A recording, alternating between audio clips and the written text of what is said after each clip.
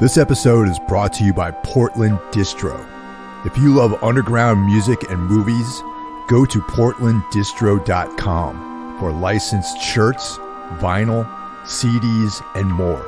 Go to portlanddistro.com. Plug in the discount code MikeHill666 for 15% off at portlanddistro.com. Welcome to Long Shadows, Episode 2.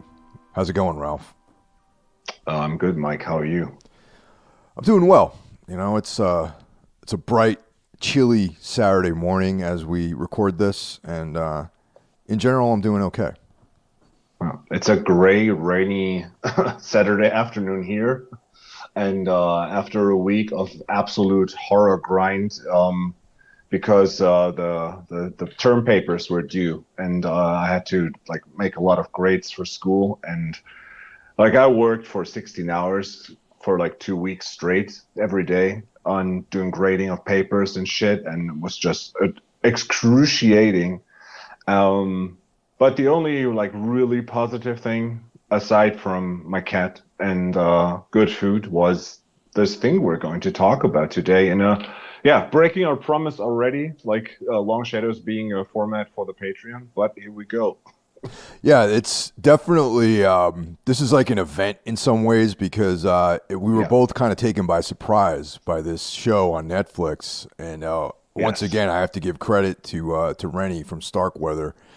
He randomly emailed me. I mean, Rennie and I communicate regularly. And this email came into my inbox about this show called Archive 81, which was about to go up on Netflix, and it was based on a podcast. And he was interested. He's like, "Oh, this is intriguing, so let's check it out." So then I checked it out, and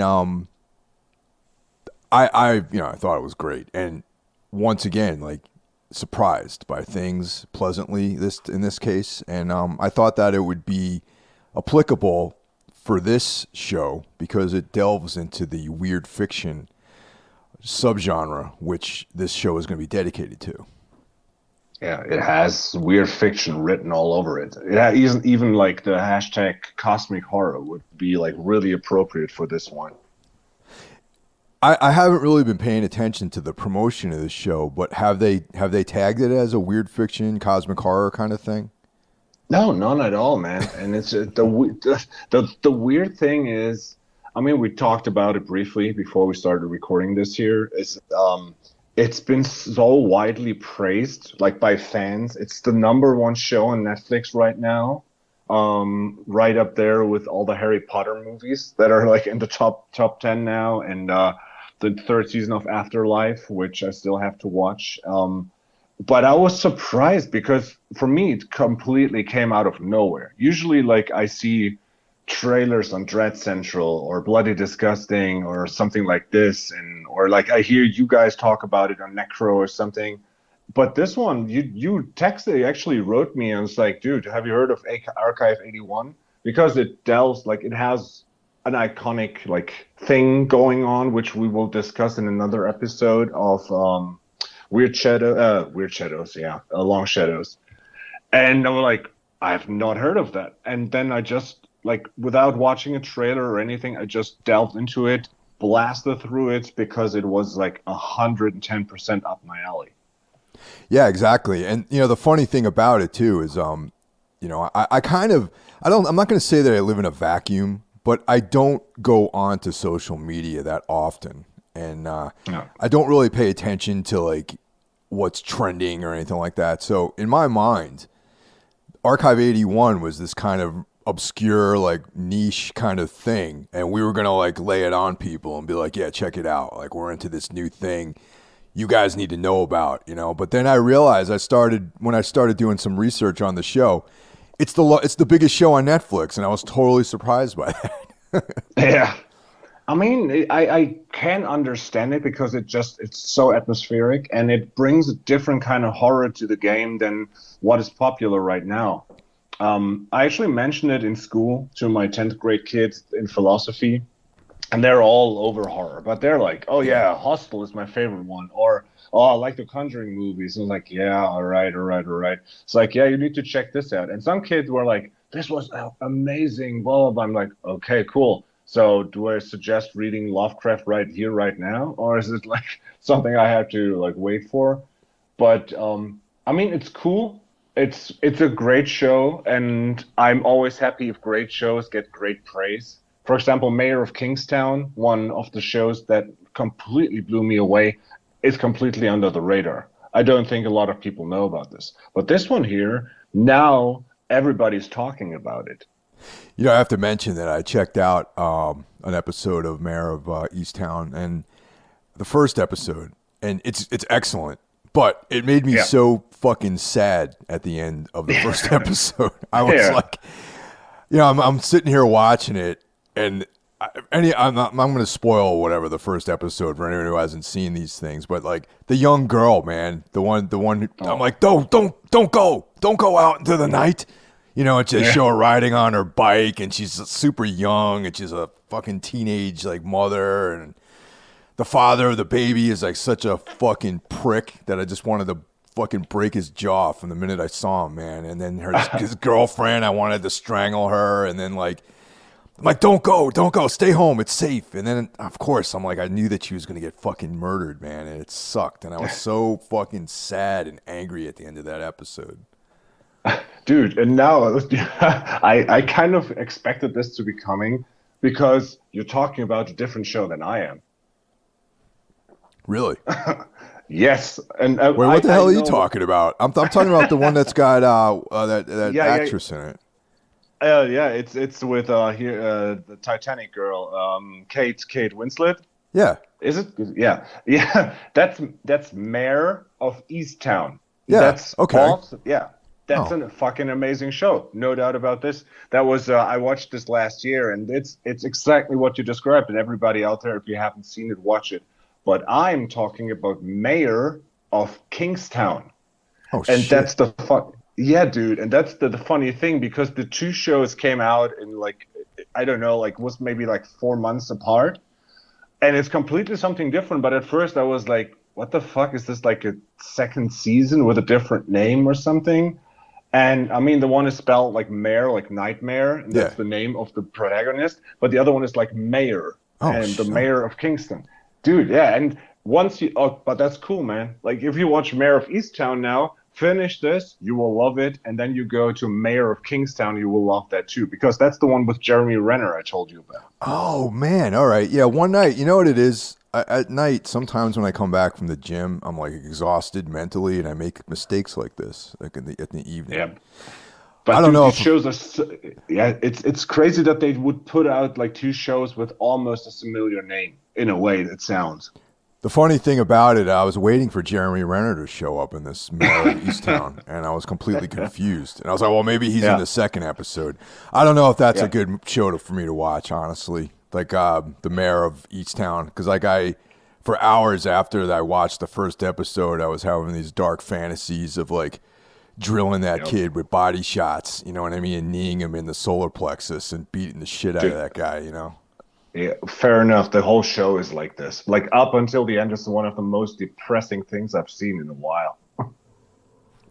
I need to avoid those kinds of feelings right now, honestly. Yeah. But Then yeah, then then spare it for another time and start watching Mayor of Kingstown, which will be up your alley too, but it's completely different and um yeah, you will love that one. okay, all right, that sounds better. Yeah. You know, All right right. on, man. So on to Archive 81, which came as a surprise. It seems to have been taking everyone by storm. People seem to be really excited about it. I read one article about this thing, and I thought how embarrassing it would be to have written that article and have a guy like me or you read it and realize that the person who wrote it has absolutely no idea about horror or like even literature or anything like that because they claim that, oh, I've never seen anything like this before. What a very unique idea, which is true for the most part, but the show is filled with tropes that appear in weird fiction and Lovecraftian fiction and Thomas Ligotti and all these things, and no one made any references to that, which I found to be very unusual. Yeah, because not a lot of people know about stuff like this. Yeah. I mean, like the some people that I know that have read Lovecraft, they said like it has a Lovecraftian feel to it, and they found like tropes of like things that are typical there. To me, as a nerd, with like watching a lot of horror, reading a lot of like these weird fiction and horror stories, but also I'm not a gamer per se, but like now and then I buy a PlayStation 4, I play 2 games and then I sell it again because I like if I have some time on my hands, which is rarely the case, I like to play like horror games on a PlayStation, and they're always these so-called survival horror things where you have to like you stumble through like an abandoned mansion and there's something weird going on. You have to solve riddles, and then it opens up a pathway, and then you find something out. You have to go back to the beginning, do another path, and kind of this show kind of feels the same. Like there's always every episode unveils something, and then they go back. Especially they did it in the 2 buildings. I mean, we will attack the story itself, I guess, but it reminded me of games like The Evil Within and Silent Hill.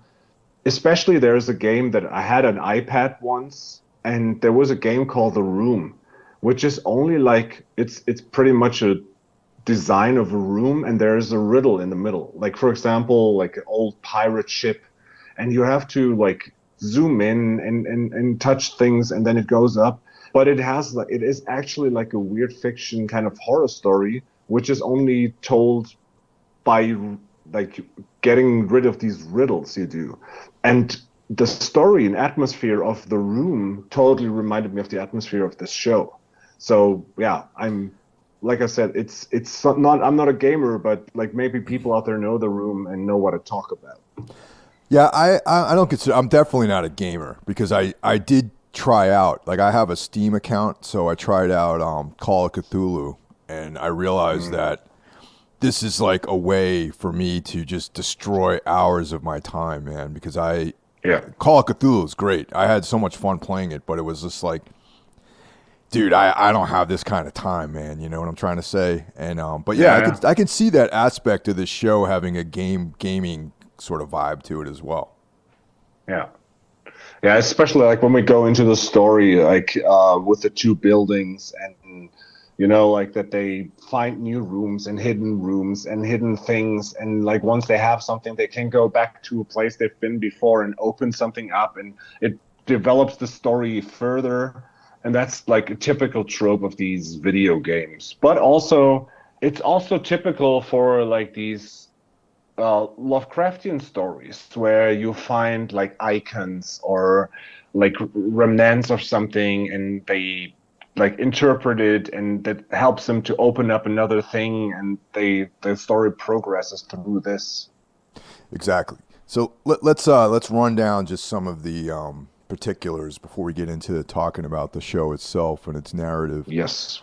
So okay, I mentioned that it was based on a podcast. It's not a straight up adaptation of the podcast. It's sort of inspired by it, I guess. The 2 guys that developed the podcast are Daniel Powell and Mark Solinger. Okay, and then Rebecca Sonnenschein developed their podcast into this show. And there's 3 seasons of the podcast so far. And I actually checked out 1 episode just because I figured I love the show so much. Let's check out the source material. And yeah, the pod has like a found footage, quote unquote, audio vibe to it.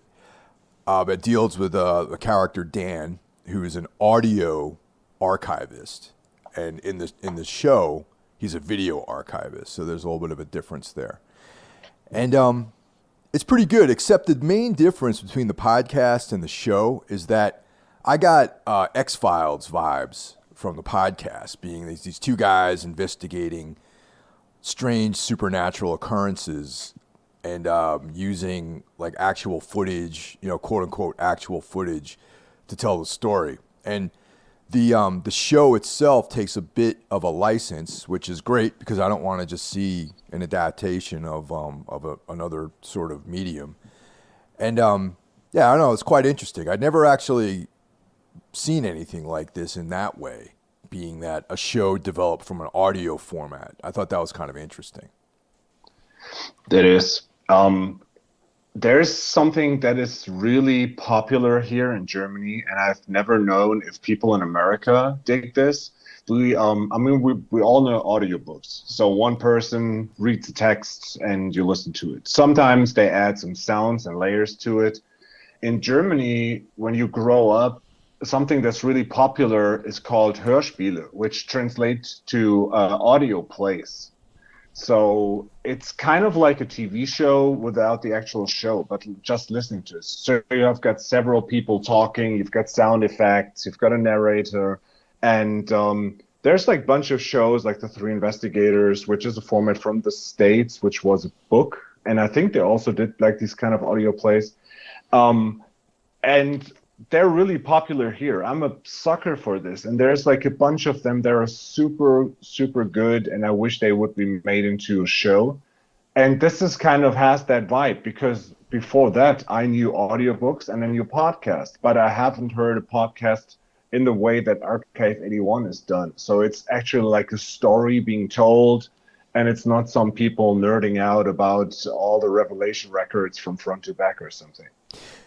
Yeah, I actually enjoy that format. I haven't really investigated a whole lot of those, but you know what comes to mind immediately is way back in the dim aeons before all of these podcasts and stuff became very popular, like going back maybe 15 years ago.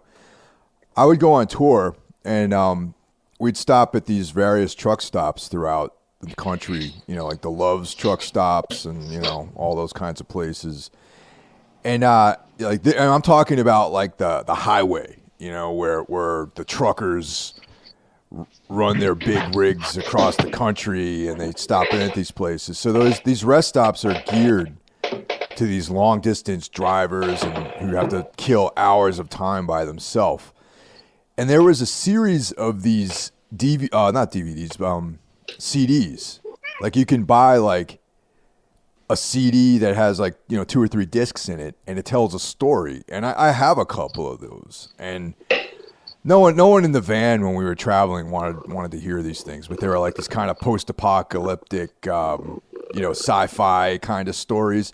But I have them actually, and I listen to them, and they're actually pretty cool. And then I just think it's interesting that in this modern age that we're going back to this like old school format of telling stories, and people actually enjoy it. Yes, that's the one of the positive aspects I saw in Archive 81 too, and also with that podcast. I just listened to the first 2 episodes so far after Brandon. Shout out to Brandon Legion. He mentioned that there's this podcast, and I wanted to hear it and wanted to listen to it, but I decided to watch the show a second time, so I blasted through the show 2 times. But I will, and yeah, man, this is exactly what I talk about. Like what I've been talking about. These formats where you have like a story told with different like narrators and voices, and these audio plays that we have here. Like there's one called John Sinclair, which is about a ghost, kind of like a Ghostbuster, but like in a real horror sense. So he has like a cross, and he fights demons, and he has like a gun with silver bullets. It's kind of like pulp, but also like a bit gruesome sometimes. And there have been a bunch of those. And there's one called Gabriel Burns, which to me is one of the best things I've ever heard. And dude, I remember when you stayed at my place in Heidelberg, when you were on that Ill-Fated Anodyne tour, I had all these tapes there, and I tried to explain to you what it is that I collect these tapes. And to this day, I wish they would do it in English so you could listen to it, because it has all the tropes of Archive 81, of all the stuff we love with X-Files and cosmic horror. And they just like after 48 episodes, so always an hour, so 48 hours of my life invested in this, they just stopped producing them because of a fight between the producers and the studios. And I'm like in touch with some of the nerd fans like me that wanted to like revive it in a way, but it will probably never happen. But yeah, everybody out there in Germany, listen to Gabriel Burns if you can. That sounds interesting, man. I remember you telling me about that years ago. Yeah. And did they ever wrap the story up, or the story just kind of ended? Yeah, that's the thing. Like they had a fight and they had like 34 episodes. Then the fight happened between the studio and the production team. Then there were just like two books they did, like kind of audio books with just one voice telling the story a bit further. But then a bunch of years later, they came to an agreement, did like 10 more episodes or something, and then they had the complete fallout, and then the story just ended. Just like at a point where you thought, like, okay, maybe in 2 or 3 episodes we're done with the story, so it's never finished. And that's so fucking unsatisfying and drives me crazy. Wow. Yeah, I hate when that happens. They did that with Hannibal too, man. Like Hannibal, the TV Yes. show, Yeah. 3 seasons, and then nothing, and they didn't even wrap the fucking story up. And now it's like, every now and then I hear about how they might revive it, and I don't know, man. It's like everyone's gonna be like 15 years older by the time they do it, and not, they're not like that's a problem, but like it's gonna break up the continuity of the appearance of the show, Yeah. I mean, they did it. They tried it with Dexter New Blood, and I'm like, okay, this is cool. I liked it in the beginning, and then, okay, so they want to make up for the shitty ending of the last season, and then just end it with a shitty ending again, and you're like, how dumb can you be? It would have been so easy, but yeah, like so maybe just like let sleeping dogs lie. Yeah, I have to say, man, they went out hard on Dexter, man. You know what I mean? Like that last episode that was a hard ending, man. I have to give him props for that. I mean, the general idea of how it ended is totally fine by me, but it's so rushed in the end, like in the last episode, and then they could have done it with a bit more like it's kind of like the last Game of Thrones season where you just feel like, okay, guys, we need to wrap it up.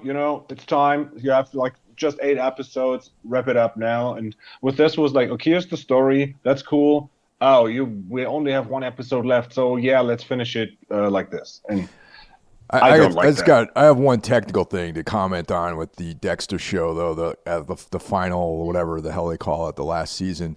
His son, I didn't like his son, man. I was hoping that he was going to get killed or something. Yeah, he was terrible. And I really hope they don't have any ideas to pursue like like an Offspring kind of show where they're like passing the torch like they tried with Die Hard and all these movies. So please, no show with this kid as the main protagonist. Also, obviously, the person who wrote this has never wrestled before, because there's a segment where he's on the wrestling team, and they just don't know what the point of wrestling is. It's pinning somebody. There's no submissions in wrestling. You know what I'm saying? So he gets this kid in this Kimura, and right away the referee would have jumped in, because that's an illegal hold in wrestling, and breaks the guy's arm. You know what I mean? So it's like they should have had him like training jiu-jitsu or something where you actually have submissions. There's no submissions in wrestling in high school. Oh man. Yeah, there's a bunch of logistical mistakes in there, and that's the cool thing about Archive 81. It's like a bunch of people, from what I heard, it's like, oh yeah, the first episodes are great, but then it doesn't make sense anymore. It's like, dude, it's a weird fiction horror show. What kind of sense do you expect? Do you expect like some solution in the end or something? And what I loved about Archive 81 was that it's so textured and so multi-layered with the characters, and you find out how they all relate to each other, and it's so intriguing, and they did it in such a classy way that when it was finished and it was clear there will be another season, and from the showrunner I just read in interviews, like they actually plan on several seasons focusing on several parts of the story, and for the first time in ages, I don't feel bad about it. I feel like, yes, I'm intrigued to see more and like go into like characters like Davenport is supposed to get like a background story, and Julia, and it's like, yeah, right on. I'm down with that. So to me, that was the fun of the whole show, that there's so many layers and they're interconnected, and they did it in such a classy way. So let's just run down the cast since we're talking about the characters, like the main characters that Yes. are in this thing. So Yes. we got the Dan Turner, who is the protagonist in this whole thing, and that's I'm gonna probably destroy his name. It's Mamadou Athi, and if anyone out there wants to correct me on that, hit me with a dead wrong on that. We have Dinah Shahabi as Melody, Evan Jonigkeit as Samuel. It sounds like one of your countrymen there. Johnny Kite, well, not so much, but the producer, like, she's called Sunshine. Like, Sonnenschein is the German word for sunshine. Sonigkeit is not a German name? No, Jonik, there would be Jonikkeit, Okay. Jonikkeit, but it sounds rather, I don't know, like up north in a way, like Okay. Denmark, Sweden, or something. Could be.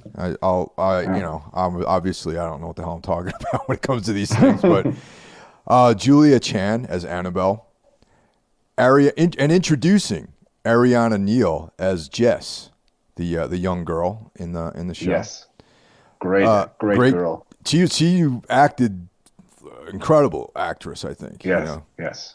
Matt McRory as Mark. That's Dan's buddy. And Martin Donovan, who has been in many, many films as Virgil Davenport, the CEO of the nefarious LMG Corporation. Yes. Dude, at first, like when you see him the first time in his sparse office, I always thought, like, is this the guy that played Randall Flagg in the Stand movies, like in the 90s?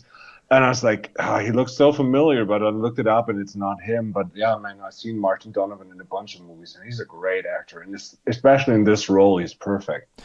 Yeah, his career spans decades, and he approaches this role with a lot of subtlety, and he's very understated. And I think that it just adds to the sort of complicated nature of his part of this narrative. You know what I mean? He's well, let's get into some of the basics. Like, I don't want to go beat for beat through the entire show because people out there who haven't seen it yet, I don't want to do what we do over in Necromaniacs, which is spoil the show for people. So, a lot of times we give the ending and people are like, man, I wanted to see that, but you guys fucked it up for me. So let's kind of, in general terms, go through this thing. Now, before I get into that, I have to say that we start off with Dan Turner, who is a video archivist for a museum located out in Queens, which is actually a real place, that Museum of the Moving Picture. And oh, cool. Yeah, that's actually out there in Queens, New York. And one day I remember I was walking down the sidewalk and I just happened to walk right by it. And I was like, damn, this is a real place. Like, or it's located here. Obviously, I didn't know about this movie, the show having it in it, but it was like I'd read about it, and I'm like, oh, I should go there and check things out. And I just randomly walked by it one day, and I'm like, oh, here it is. So right away, at least for me, I'm kind of drawn into that. I'm really big on shows that have to do with a guy by himself in a room going through old tapes or, old archival information and discovering something unusual about them. And that's kind of the basic premise of this story, is that we see that Dan is very skilled at restoring old, destroyed, worn out video. That's what he does for this museum. And he gets contacted by Davenport to do this job. And they don't tell you how much money, but it's like some offer you can't refuse style money to restore this archive of video footage that his company has control over, and that's how the story opens. Right, and that's also what got me instantaneously, because I mentioned on this podcast 100 times, but that I like found footage horror and stuff like Blair Witch or As Above, So Below. I really like this because we all, like, Mike, you and I, and like most of the listeners, maybe we grew up with times that we had videotapes and we played them and they were fucked up and we saw like the picture crumbling and had these weird feelings about the sound being spooky or the sound of you like walking around with your Walkman and the battery dying and all of a sudden like the music is slowing down and everything starts getting creepy, and this always gets me. And this was my first box ticked there, and then you find out that it's his job is to restore tapes that were burned in the building fire, and it's about a spooky building called the Visser. And so you have like a weird setting of a house where these tapes play, and this is already up my alley. And then this guy, like Dan, goes to a remote installment where he has to restore these tapes. And also, this is a creepy place with like a church in the yard and stuff like this. This is all like way up my alley. It's like, okay, this is already so fucking cool within the first half hour. So I was instantly drawn to that. And it's total isolation. Like there's no Wi-Fi connection, and also he has very poor cell phone reception. So he's totally isolated out there. And what a weird setting to do a job like this. I find, it's like Yeah. I would imagine that right then and there I would flag this as trouble. You know what I mean? Yeah. And the thing is, through this show, I actually started like at some point I watched the first episode. I'm like, okay, there's so much stuff that reminds me of something else. I'll just keep tabs like on what I remember. When he went to that building and like, okay, so here, this is your job. You're going to stay here and restore this. It's a gigantic building. You're here all by yourself. The fridges are filled up, but there's no one here. You're in the middle of fucking nowhere. No reception, just a landline. And I was like, okay, this is The Shining. Yeah. It's like totally Shining vibes. And I'm like, okay, cool. So let's see. And through the whole show, I have the feeling that these two, like the guys, I mean, the podcast guys, they were executive producers together with Rebecca Sunshine. I think they're probably huge nerds when it comes to horror and like all things weird, because there's so many nods to like I said, so the building, you have these spooky buildings, you have like a Blair Witch vibe, it's in the forest, and you have found footage, and there's more stuff in there. They talk about Phantasmagoria, which is also like an old school 90s video game about survival horror where you're in an abandoned mansion and you find like old video stuff. I think that's cool. It's a nerd show for nerds, in my opinion. And then we have Dan's Lifeline, which is like his buddy Matt, who actually produces a podcast, and we would see a little bit of that in the first episode of him doing his live action recording of a podcast where there's a narrative and there's these sound effects and all this other stuff. So he is sort of once Dan is deployed out in his remote location, Matt is the guy that he talks to mostly, outside of Virgil Davenport, who he has to send these reports to, Yeah. these archival footage and all that. Yeah. So what starts to pique Dan's interest is we find out that these archival tapes are basically the project of Melody, who what was she, like a journalism major or something like that, or a film major Yes, or something right. in college, Yeah. or working on her master's degree or something like that. And Yeah. she's interested in the fire, or actually, this was before the fire. She's interested in the Visser building and interviewing Yes. the people who live there, and just creating a documentary basically. So this is all Yeah. footage that she shot during her residency at the Visser, and a series of interviews with all of its residents. Yeah. And this is like there's in the whole show, there's just like two small things that I would criticize, and that's like minor things. But if nowadays some like film major like takes his or her mobile phone with the quality they have, they run around and film the whole time. No one will notice. But she's shoving the shitty old VHS camera down the throat of everybody around her. She has it all the time wherever she goes. I'm like, this would be so annoying, like carrying around this fucking huge camera all the time. But yeah, I mean, it makes up the basic for the story, the basis. Now, I just want to make a couple of comments here. Is that you know what I see a trend in popular culture of a sort of romanticism of the old analog world of the '90s. Yeah. And I like that because that that was a good time for me. I had fun in the '90s. I was watching VHS tapes and doing stuff before social media existed. That was a pretty good time. Yeah.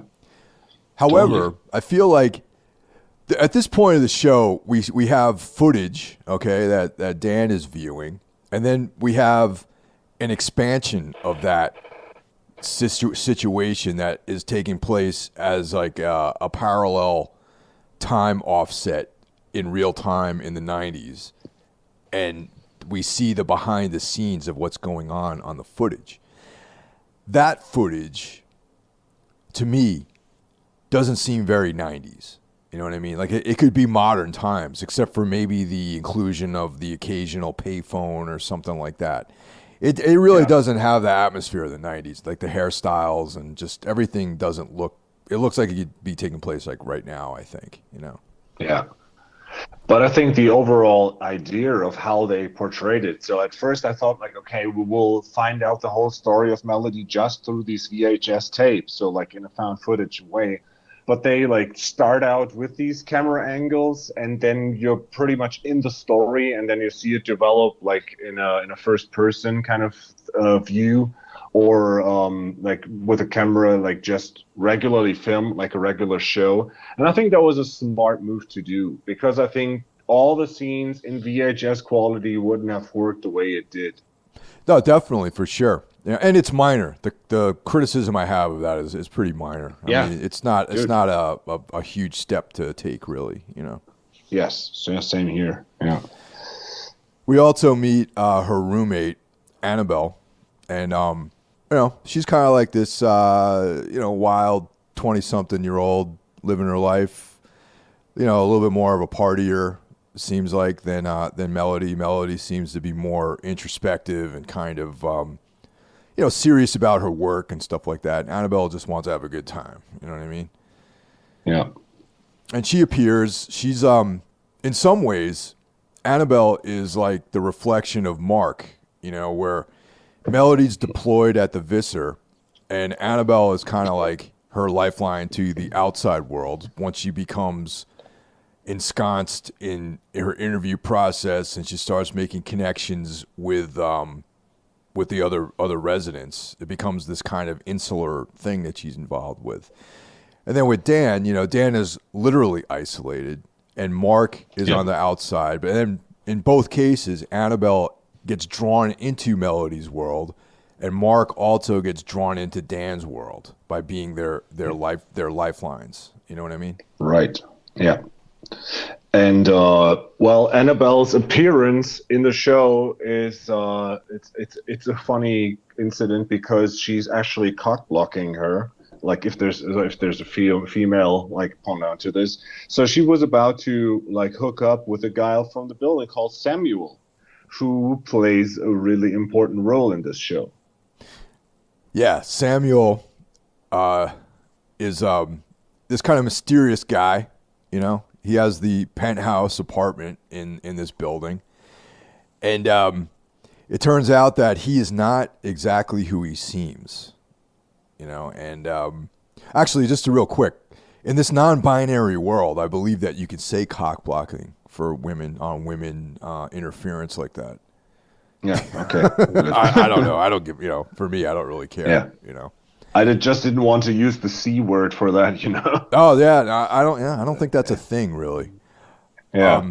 But I mean, this guy Samuel. First of all, I wanted to look it up, but like he has been like in other shows, and I just can't like wrap my head around why I've seen him before.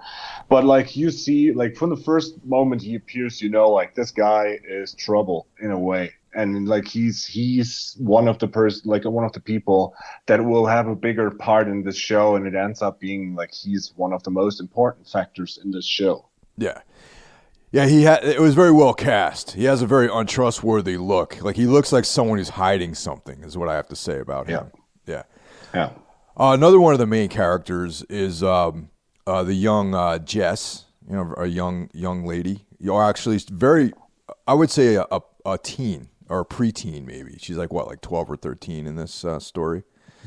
Yeah. And yeah, she's the curious, intelligent, creative, little girl running around the building. She does things for people. And she is under the tutelage of Samuel, we find out. And Samuel, like I mentioned, is not who he seems. He is involved in a darker aspect that gets revealed as the story goes on. Yeah. Now it gets difficult to like draw the line where we go into spoilers or not, because it's so intertwined, everything. Because another person that we see is Steve, and Steve is Melody's psychiatrist. Yeah, and it turns out that that's I always thought that was his name's Steve Turner, which was the guitar player in Mudhoney, but that's Dan's father. Okay, so there's we can I think we can reveal some of these connections. So it turns out, and this is where the conflict starts for Dan. He starts to realize that he gets to suspect that Davenport found him, knows what's going on, knows that it turns out that Dan's family was killed in a fire. The Visser was incinerated in a fire. And that Dan lost his whole family in his fire at his house. And that Steve Turner is Melody's psychiatrist. She's under his therapeutic, care. So that's when the paranoia starts in with Dan. He starts questioning things, and he has, but he can't pull himself away from Melody's storyline, and he wants to find out what happened to her. Why the building, how all this stuff connects. And, so that's like that's the conflict of the story. Yeah.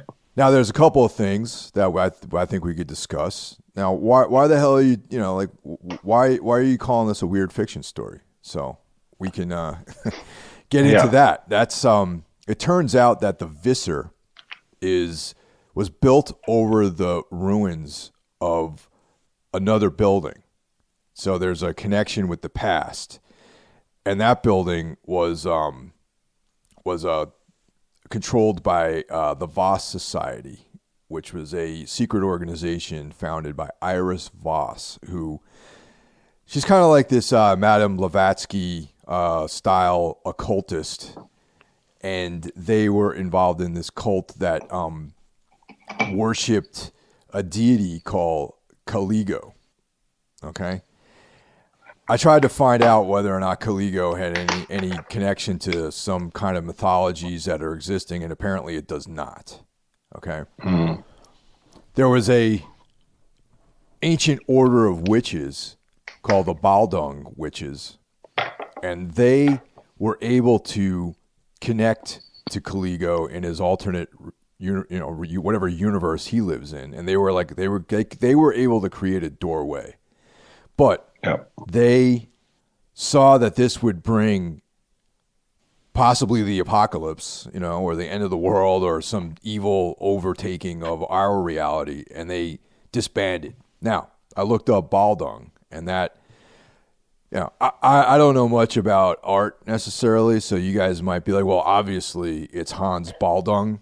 So Baldung connects to an artist, a guy who created woodcuts, similar to Alphonse Mucha, named Hans Baldung, and he created a series of woodcuts called the Witches. So there you go.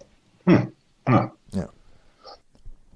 Yeah, and also the comet, like it's being said that every 70 years there's a comet passing by Earth, and so-called Charon or Charon, Yeah. and I think that's named after the ferryman on the River Styx or something. Yeah, that's yeah, Charon is the guy who transports the dead into the underworld. Yeah. Yeah, right.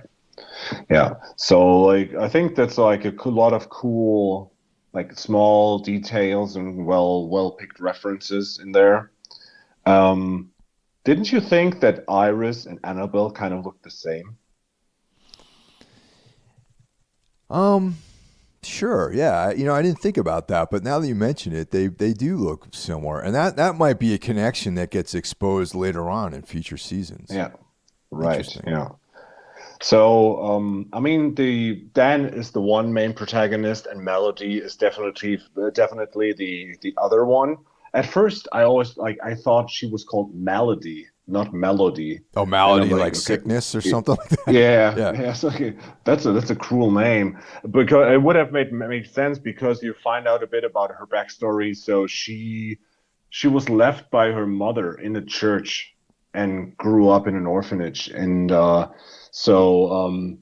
this whole aspect is what drives her to because Steve suggests to her to deal with your past. You should find out about the past of other things, and like kind of lures her into this building in a way, and finds out this footage. And yeah, there's like it's a lot of interconnectivity here, and people getting motivated by others. And I think yeah, that's pretty smartly done. But yeah, she's the main protagonist, and her not having a mother is what's driving her, and that also plays an important role in the continuation of the story. And even that is almost like a weird fiction esque kind of thing Yes. where Steve reveals there's something that she's not that's hidden that she has to find by going somewhere, and that Yeah. oftentimes is a huge plot advancer in these types of stories. So she has a mission Yeah. to find the truth about something.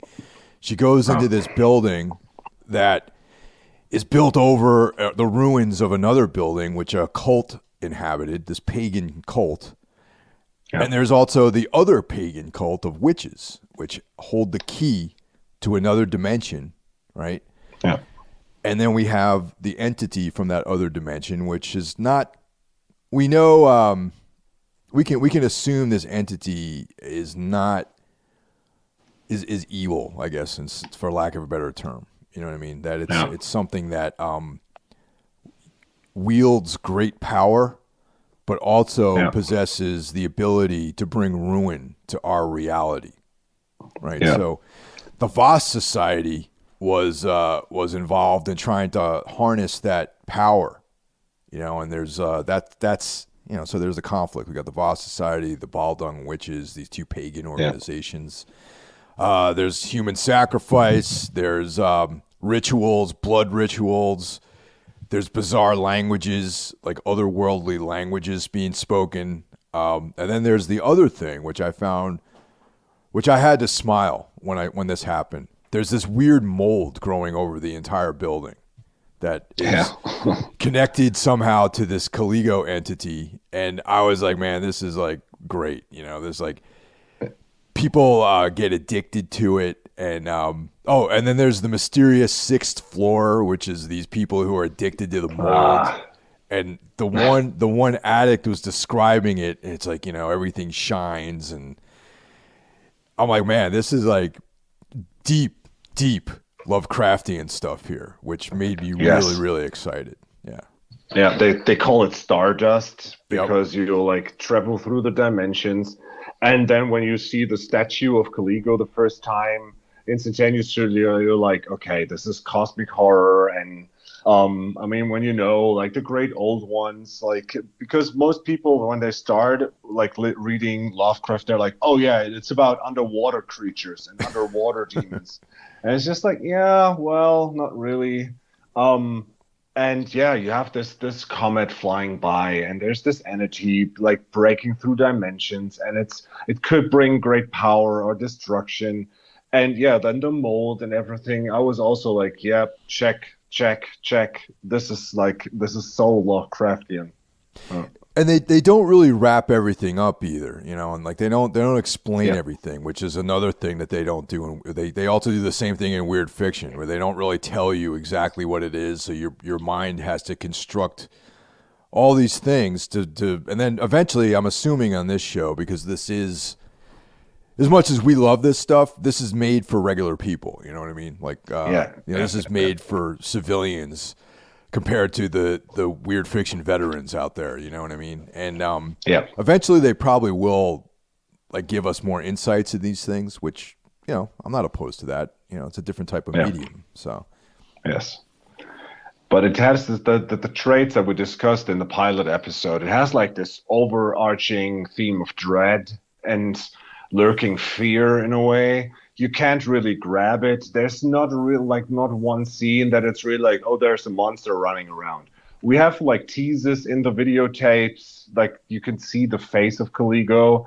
There's one scene, and that's the other like small criticism I have, where like in the office when when Dan destroys all the monitors, yeah, and you see like this energy almost like crawling through the TV, kind of like the ring. That's I wasn't so keen on that, but that's the thing I mentioned in our pilot episode too, that weird fiction lives off the fictional aspect in our head. Like we construct the pictures and we make it creepy by with our fantasy.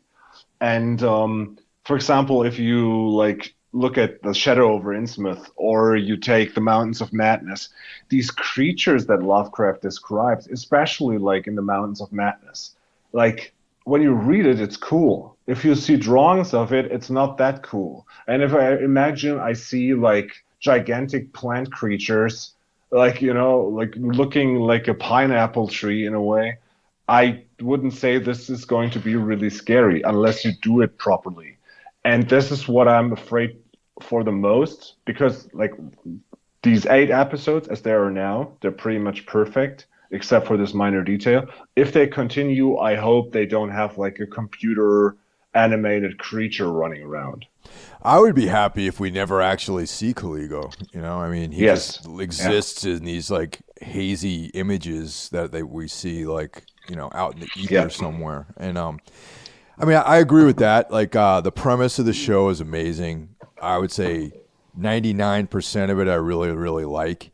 But there are those little aspects of it that have a commercial feel, but I understand why that is. Or, I mean, it's Yeah.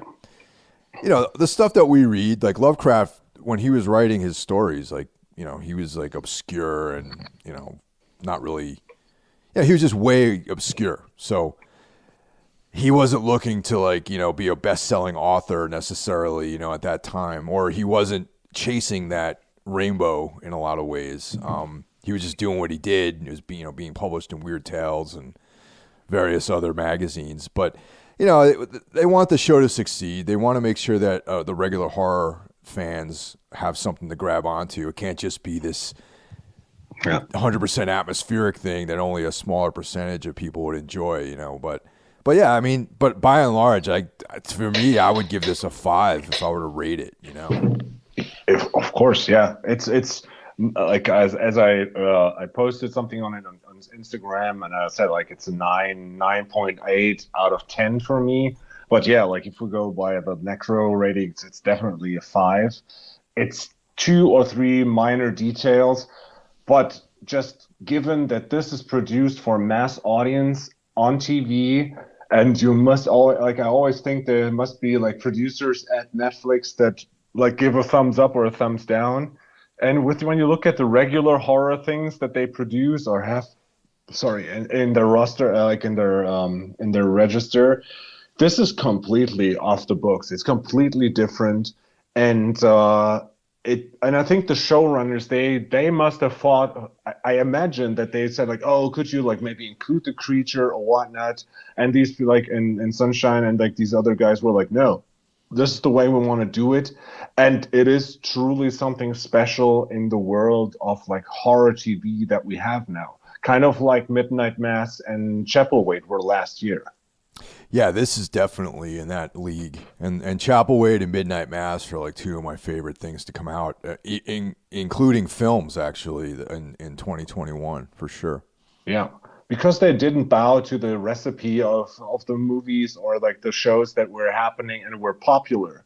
I mean, we talked about it, the Castle Rock, like the 2 seasons of Castle Rock. I enjoyed them, but they were way more up in the alley of like like the horror things that are popular right now. Maybe like approaching the audience of the It remake because it also had like Skarsgård in that show. Right. The Stan show sucked. That was terrible. And like most of the like Netflix or streaming device horror isn't that good. I mean, I'm not like talking about Shudder because like they have like they're focused on horror. But like what Netflix releases as its horror shows, it sometimes goes the wrong way. I mean, we had like Hunting of Hill House and all this stuff. There was some good stuff on there, but I think Archive 81, as much as the like aforementioned Midnight Mass and Chapel Wait, they're completely doing their own thing, and they're full of integrity for what they are. Also, I want to mention that episode 3, Terror in the Isles, and episode 4, The Spirit Receivers, were directed by Justin Benson and Aaron Morehouse. And for anyone who's unfamiliar with them, they're big cosmic horror Lovecraft guys. They're independently produced films, Endless, Resolution, and Spring, operate within like a world, a cosmic horror world. And then they also did a bigger studio film called Synchronic, which is more of a science fiction, and that's excellent. And they're doing the Moon Knight series for Oh, Marvel. oh, Yeah. oh, Yep.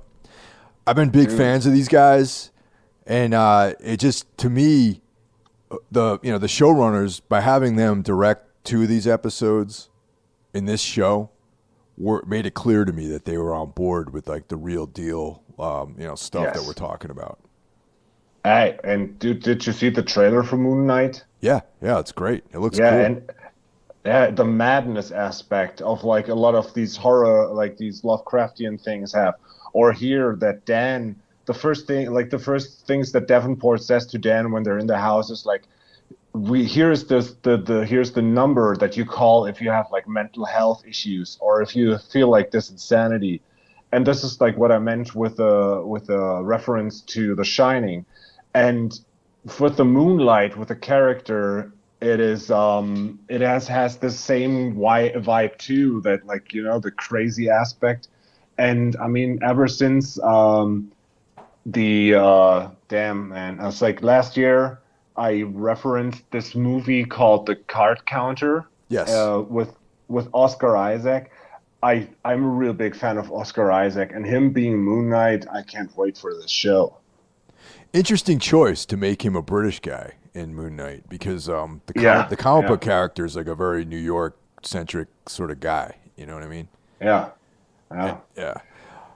Also, the idea of madness, like that's a very big theme in Archive 81, and that's a yeah. huge theme in most of Lovecraft's fiction, where oftentimes at the end of the short story, the guy telling the story is driven insane. You know what I mean? So that's Yeah, yeah. like a big aspect of weird fiction and cosmic horror, and like the things that he's seen have destroyed his mind, and it's Yeah, like very that's much the something same. The same thing.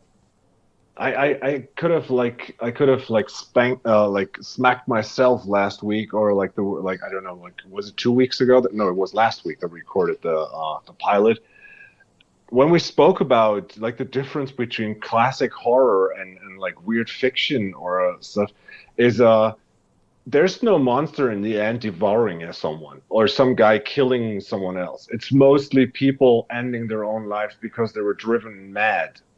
Yeah. This is like this is probably like, and this is the same here. Archive 81, there's the omnipresent fear and dread, but it doesn't like I was never afraid that the monster will come out and like kill people, but it's just like this people going nut like going insane and like ending their own lives probably. There was also a very subtle, very, very subtle Twin Peaks kind of thing. I felt like with maybe the way the show ended, the season ended, and also the way that some of the characters that live in the building are introduced. Yeah. Some of the when you watch Twin Peaks, the characters are very eccentric. You know what I mean? There's a lot of these like weirdo type characters that show up in a mundane setting, and I think that there's some characters that show up in Archive 81 that have that eccentric sort of vibe, and I just like appreciate that stuff. I like when there's color. Yeah. It's not just generic. I've written something down that I wanted to bring here now, and you have to listen carefully, Mike, because you can decipher it, and I will know you will love this detail. There's this like in Archive 81. There's this this movie. It starts pretty much with a trailer for an old black and white horror movie called The Circle. Is a kind of like movie circle about like a ritual killings, which is inspired by a kind of like ominous snuff film, which we find out what it's about. But it starts out with The Circle. The showrunner, Rebecca Sunshine, in an interview says, to quote, because they were asked, like, is this show a show about time travel? She says it's about realities, it's about universes and crossing boundaries. It's about time and time travel because time sometimes is a flat circle. Nice. Yeah. Okay. She said that? That was actually verbatim what she said? Yeah, she said time is a flat circle. I'm like, okay, nice.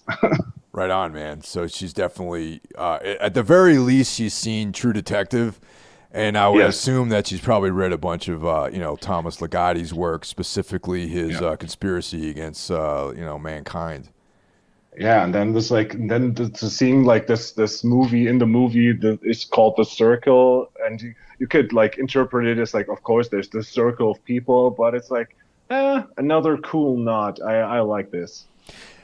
It's funny that we're mentioning this now at minute 61 or whatever of this podcast, because the opening with him with this unaired series is so fucking compelling, man, with this black and white footage, and it just looks, it just looks cool, man. Like the whole vibe of that, it looks like Carnival of Souls or something, but darker, and like in this like realm of it being a snuff film or being inspired by a snuff film that this guy saw. It's like, I don't know, the whole thing's compelling, man.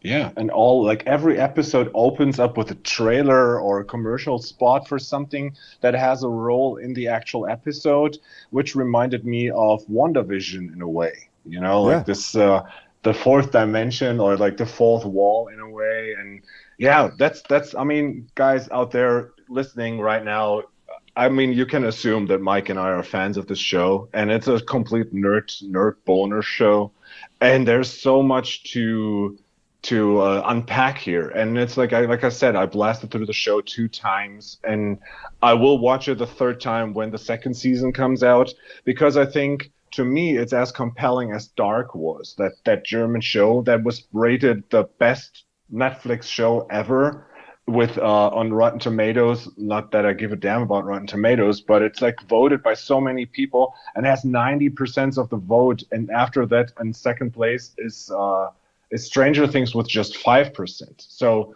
this crazy German show Dark is so popular worldwide. And it is also about time traveling. It's also well done. There's also a lot to digest. And I love it that the quality when it comes to shows is that high right now. Yeah, Dark stands out as like a high point, I think, and also Creator is featured in the 1st season. There's an episode where one of the characters he's listening to Creator, which I thought was cool. So that's our our assessment of this show. And actually, I might mention this if you haven't seen it, definitely go out and check it out. I'm assuming that if you're listening to this episode, you're on board with this stuff. And maybe for you guys out on our Patreon, we can do some kind of group chat or group meetup and discuss this at some point. So everyone on Patreon, let me know Maybe we can start our own little sub discussion of this thing amongst all the fans of this show. So yeah, let me know what you guys think, and yeah, it's awesome. Yeah. Are you asking people to start the Hill Coven now? No, man. Uh, there's a couple other things that come to mind after seeing this. That if you're into like this whole thing of like a guy like conversations and like this weird, almost voyeuristic sort of storyline, which that is kind of like what drew me into this. Is there is like a group of films where the protagonist is like somewhat of a voyeur and he's Yes. observing something. And there was another movie, another film that Rennie recommended that was not as good as this, but it's still pretty good, called Broadcast Signal Intrusion. And it's, very much along these lines of a guy, archiving tapes, or he finds something. There's like some interference that he's looking into, and has to do with madness and all this other stuff. And then an old Gene Hackman film that has nothing to do with the supernatural called The Conversation, which is like a surveillance type of movie. And that one really, really is cool. It's slow moving and dry, but I always find myself watching that film. And it's adjacent to this sort of thing, I find. I would imagine. Yeah. You know what is too? What's that? This the man of the crowd. Ah, yes, exactly. This ties into our our first episode, actually. Yeah. Yes. Yeah. Yeah. So yeah, everybody out there, yeah, like Mike said, if you haven't seen it, definitely check out Archive 81. If you're still here after an hour with us, you probably have seen it and you probably liked it too.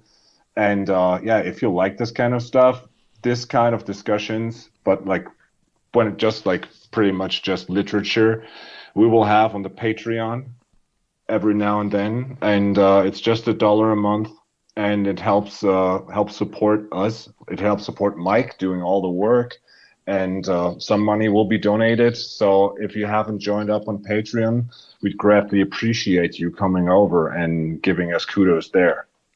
Absolutely. So I'd like to thank everyone, and yeah, have enjoy the weirdness of life.